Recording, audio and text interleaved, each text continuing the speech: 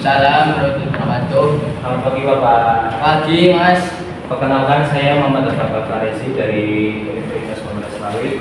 Saya mendapatkan tugas dari Pak Camat kebetulan untuk memberikan penjelasan kepada Bapak terkait bahaya dari merokok dan vaping. Sebenarnya saya mau nanya ke Bapak sering merokok Pak? Sering Mas. Wah. Sering. Kenapa Bapak melakukan merokok itu Bapak kenapa? Stres Mas. Rokok. Stres. Berarti Bapak merokok biar tenang. Ya, biar menghilangkan stres Mas. Stres. Baik, sini saya punya leaflet sama bukulet. Silakan Bapak nanti baca. Kasih. Oke, pertama ya Pak, bisa Bapak lihat pengertian rokok. Pertama ya Pak, rokok itu merupakan salah satu zat aktif yang bila digunakan dapat mengakibatkan bahaya kesehatan bagi individu dan masyarakat. Rokok juga mengandung lebih dari 4.000 senyawa kimia, di mana 60 diantaranya bersifat karsinogenik. Nah, lanjut Pak, ada kandungan-kandungan dari rokok itu. Yang pertama ada karbon monoksida nih Pak.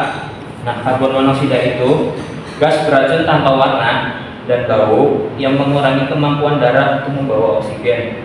Terus yang kedua itu ada nikotin. Nikotin itu zat adiktif yang menyebabkan kecanduan dan merangsang produksi hormon adrenalin. Terus yang ketiga itu ada hidrogen cyanida. Hidrogen cyanida ini yaitu racun yang menghambat penggunaan oksigen oleh tubuh sehingga membahayakan organ. Terus yang keempat ada amonia, itu gas beracun yang digunakan untuk meningkatkan efek kecanduan dan nikotin.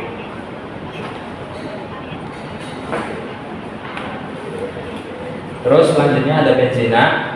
Benzena itu zat hasil pembakaran dari rokok nih Pak yang merusak sumsum, tulang, dan sel darah Bapak.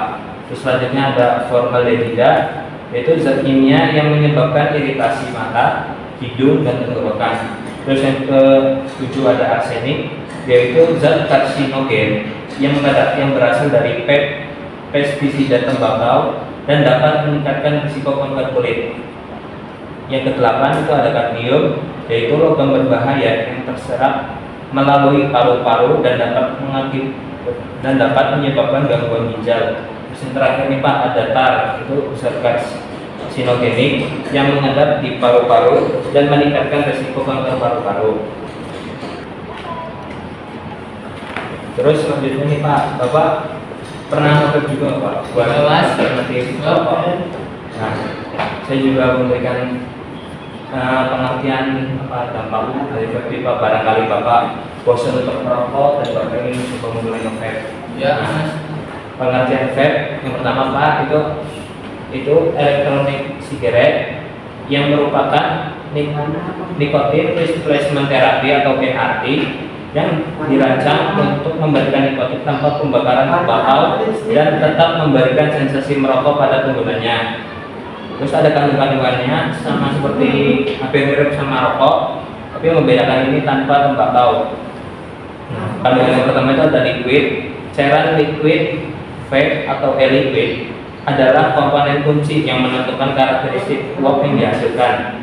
Terus yang kedua itu ada nikotin sama seperti rokok tadi ya Pak, itu menyebabkan efek candu bagi penggunanya. Terus ada propilen glikol atau PG dan gliserin nabati atau VG, yaitu pelarut utama yang digunakan dalam e-liquid dan dapat menyebabkan iritasi tenggorokan, batuk, dan mulut kering. Terus ada bahan perasanya nih Pak. Bahan perasa ini digunakan untuk menarik minyak remaja, namun beberapa seperti diasetil dapat menyebabkan penyakit paru-paru atau kuman tulang.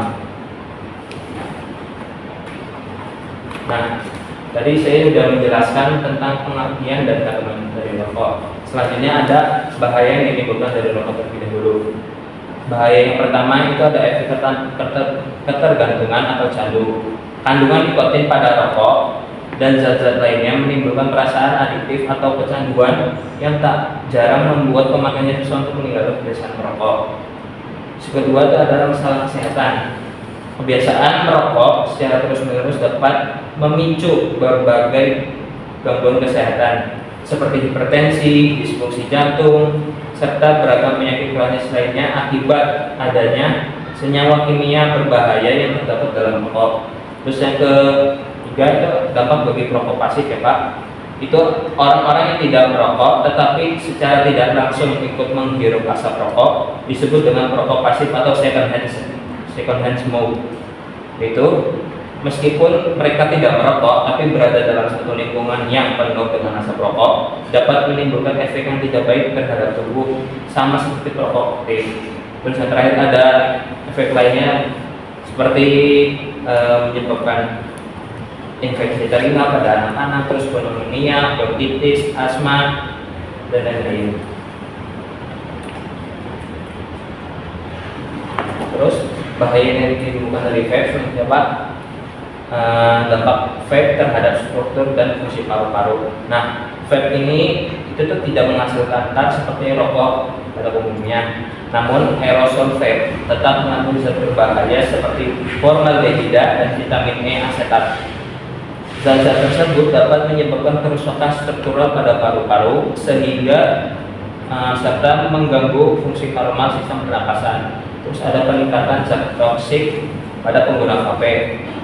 Kondisi ini dapat merusak fungsi surfaktan paru, yaitu zat yang membantu paru-paru tetap mengembang dengan baik saat bernapas. Akibatnya, pengguna vape beresiko mengalami gangguan pernapasan berat terutama pada remaja dan dewasa muda. Terus resiko jangka panjangnya itu meskipun vape sering dianggap sebagai alternatif yang lebih aman atau sebagai metode penghentian merokok, dampak jangka panjang terhadap kesehatan masih belum sepenuhnya diketahui. Penelitian menunjukkan bahwa penggunaan vape berpotensi menimbulkan dampak kesehatan yang serius, bahkan lebih parah dalam jangka panjang apabila digunakan terus-menerus.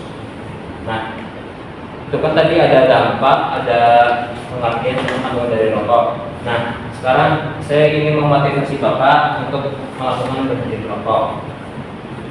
Nah, cara-cara untuk berhenti merokok itu tuh ada banyak ya Pak. Tapi di sini saya hanya menyampaikan 4 yang menurut saya itu pokok bagi Bapak. Itu pertama ada motivasi nih Pak. Nah, motivasi ini merupakan alasan Bapak untuk berhenti merokok, bisa demi keluarga, demi ekonomi Bapak yang sekiranya di kondisi sekarang sedang menurun. Terus yang kedua ada kemampuan, dianggap sebagai metode berhenti strategi untuk melawan keinginan. Terus yang ketiga ada komitmen, yaitu disamakan dengan keseriusan atau keteguhan yang dianggap sebagai kunci sukses untuk menghindari rokok. Terus yang terakhir ada dukungan. Nah, dukungan ini bisa berasal dari teman, dari keluarga, atau rekan-rekan kerja Bapak. Nah, kenapa dukungan itu penting? Karena ini tuh telah terbukti sebagai faktor yang meningkatkan kemungkinan berhasil seseorang untuk berhenti merokok. Bagaimana Bapak sudah jelas? Jelas, Mas. Oke. Sekiranya penyeluhan pada hari ini telah selesai, apabila Bapak merasa ada sesuatu yang ingin ditanyakan kembali atau berkonsultasi, silakan hubungi saya di Pak. Mas, jika kalau berhenti merokok terus stres gimana Mas? Bisa digantikan dengan alternatif ya Pak. Bisa Bapak berolahraga atau mengajak ngobrol keluarga untuk memecahkan stres yang Bapak alami. Oh gitu Mas, baik, terima kasih. Oke, sekiranya cukup dari saya. Mohon maaf apabila ada salah kata yang saya sampaikan. Sekian, terima kasih. Assalamualaikum warahmatullahi wabarakatuh. Waalaikumsalam warahmatullahi wabarakatuh.